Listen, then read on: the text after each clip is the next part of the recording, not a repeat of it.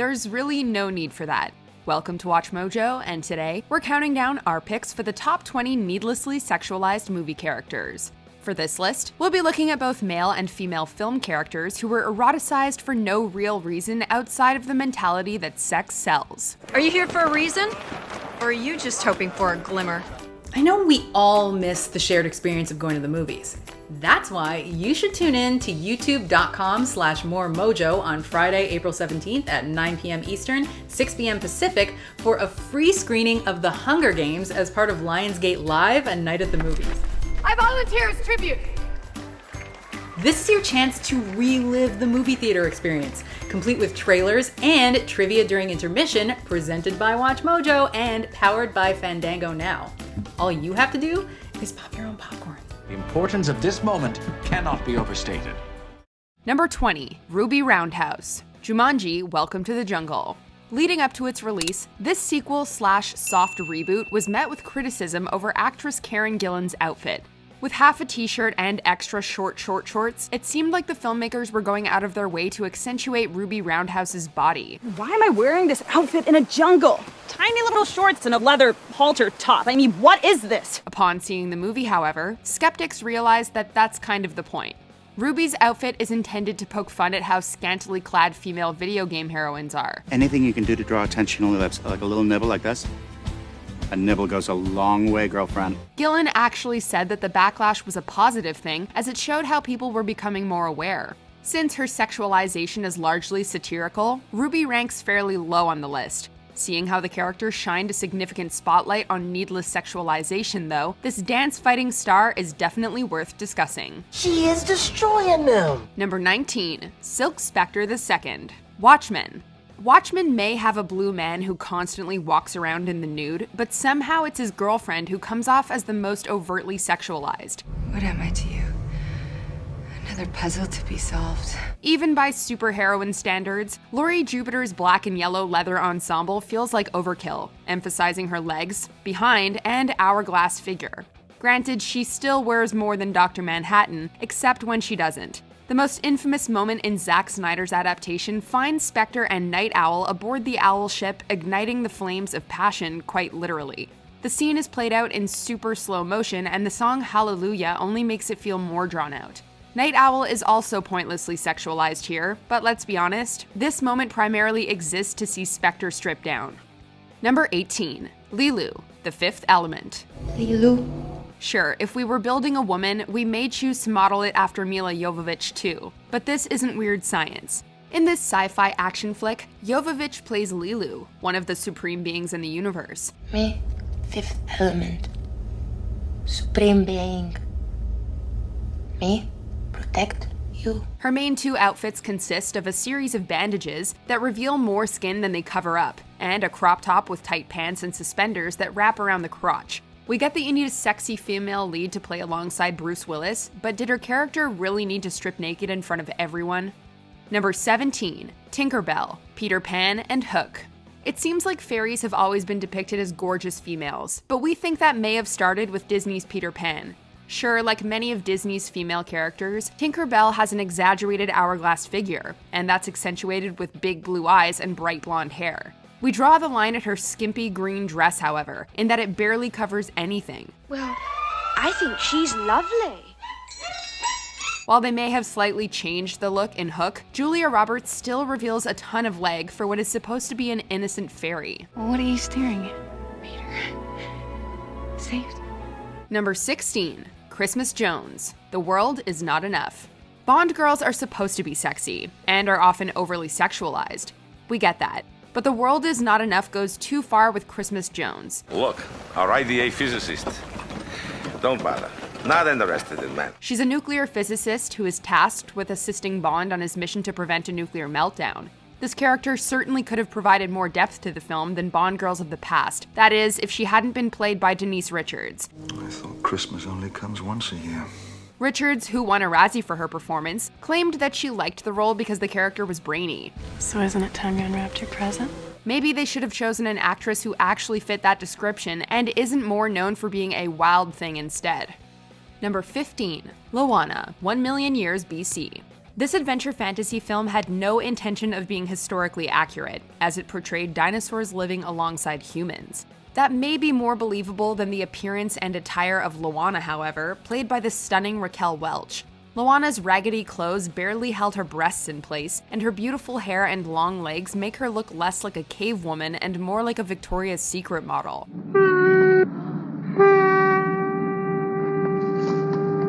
If you asked today, barely anyone would remember the plot of the film, but the majority of people would be able to recognize the iconic pinup poster. We know Andy Dufresne would. In prison, a man will do most anything to keep his mind occupied.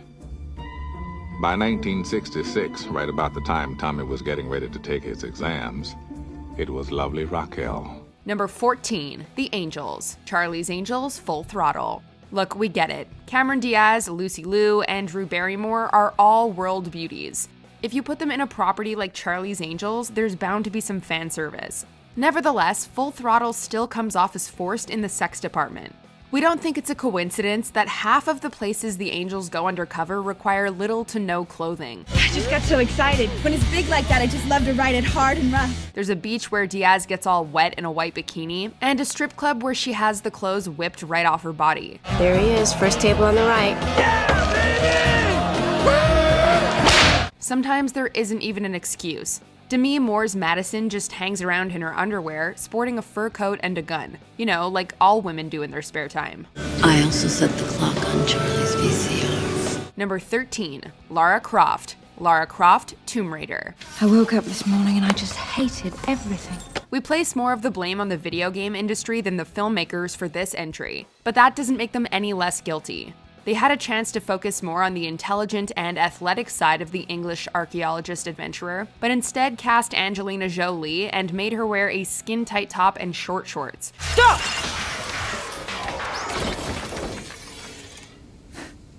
Jolie certainly has the acting chops to pull off a female action hero, but she was relegated to eye candy for this film. Number 12, The TX, Terminator 3, Rise of the Machines. To be fair, getting naked is simply part of the time travel process in the Terminator universe. Long before the TX showed up, the T-800 and the T-1000 had to strip down too. Here's the thing though, once the male Terminators get their hands on some clothes, sex is no longer part of their identity. Carl even says in Dark Fate that his relationship with his wife isn't physical. Our relationship is not physical. She appreciated that they could change diapers efficiently and without any complaints. The TX, meanwhile, feels like she was programmed to have sex appeal. Why else would Skynet have given her the ability to grow breasts on a whim? Everything from her voice to her delivery to the way she licks blood is oddly sensual. She thus seems less like a Terminator and more like a fembot. I like your gun. Number 11, Catwoman. Catwoman. From Julie Newmar to Michelle Pfeiffer, sex has always been a major facet of Catwoman's personality. Even for a femme fatale, however, Halle Berry's version overcompensates. Time to accessorize. Like Batman, Patience Phillips as Catwoman completely drapes herself in black to blend in with the night. This movie apparently forgot that because this outfit looks more like something out of Christian Grey's S&M dungeon.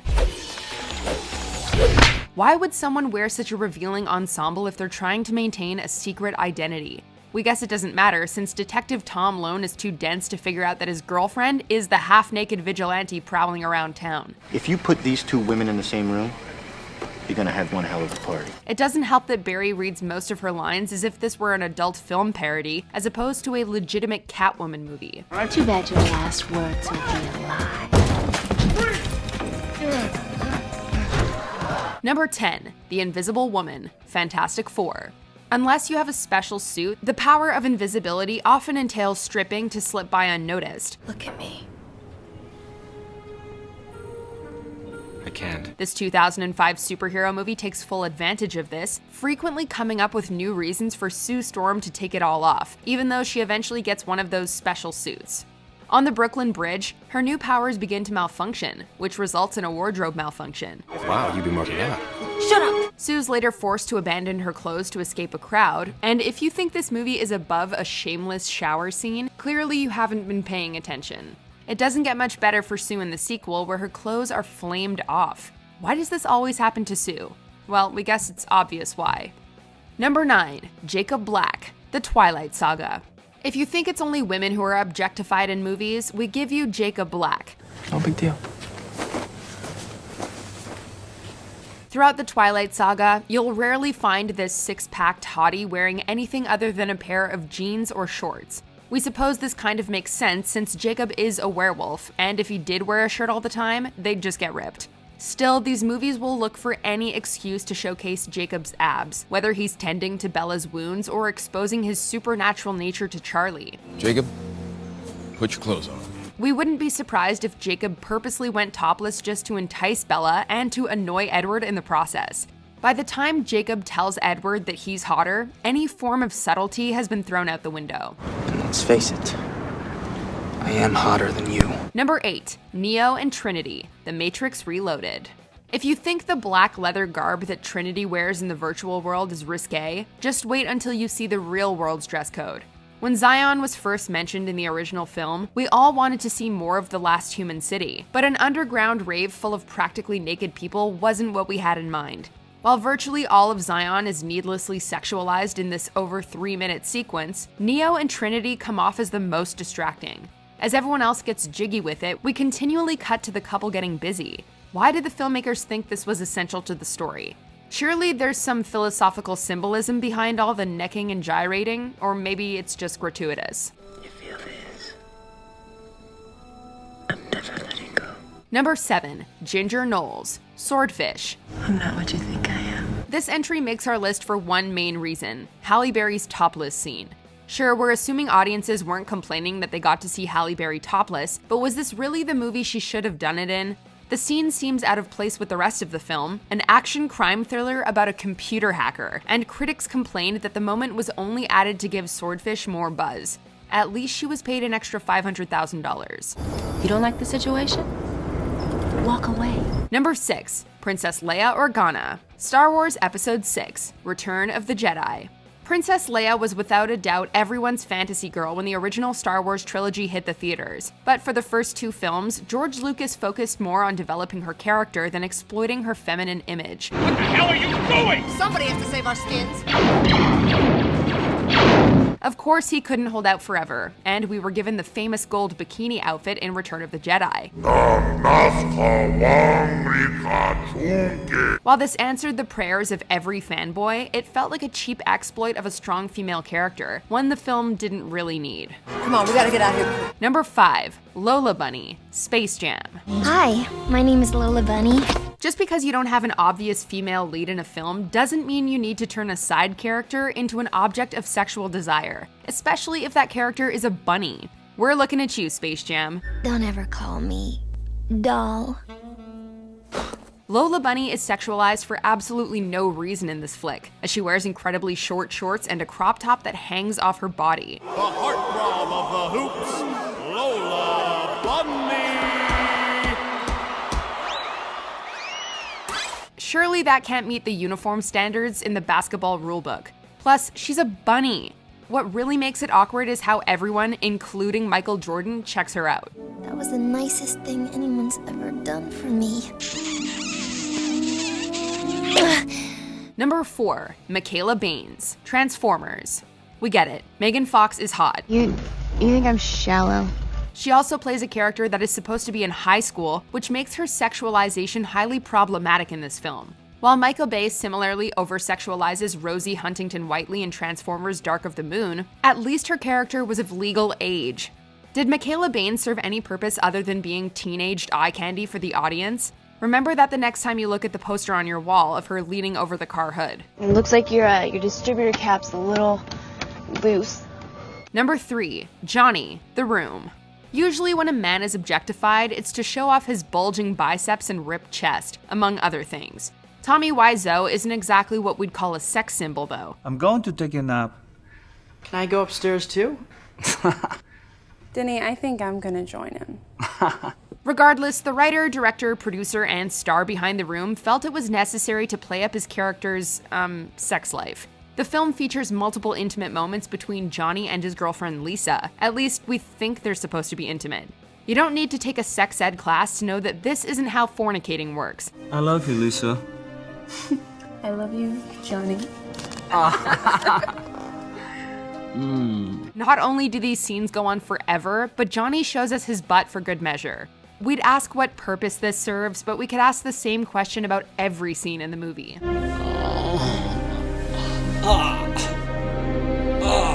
Number 2, Harley Quinn, Suicide Squad. You know the rules, hotness. You gotta keep off these bars. Want these bars? Yeah, those bars. Oh my God. Suicide Squad basically could have been called Fan Service the Movie and the Exploitation of One Harley Quinn. Forget about that old Harlequin outfit Harley used to wear in the 90s. She's going full fan service for her live-action film debut, sporting a torn-up t-shirt, fishnets, and something resembling shorts. The hell's wrong with you people?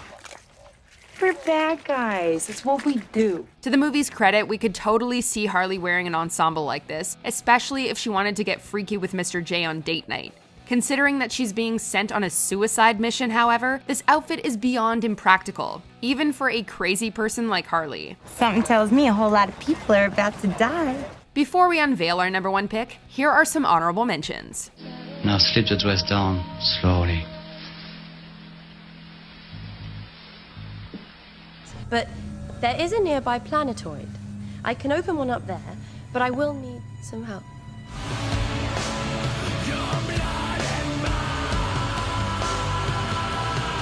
Before we continue, be sure to subscribe to our channel and ring the bell to get notified about our latest videos. You have the option to be notified for occasional videos or all of them. If you're on your phone, make sure you go into your settings and switch on notifications.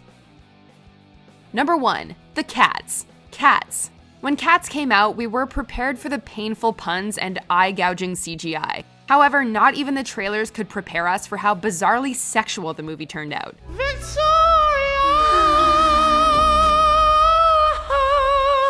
We're not sure what's weirder, the cats who don't wear anything or the ones who wear clothes, only to remove them. The most explicitly frisky character in the picture would have to be Rum Tum Tugger, who moves like a male go-go dancer you'd hire for your friend's bachelorette party.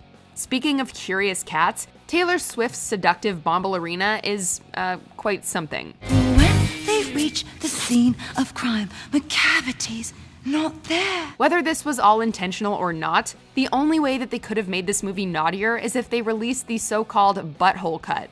Don't ask. Do you agree with our picks? Check out this other recent clip from WatchMojo, and be sure to subscribe and ring the bell to be notified about our latest videos.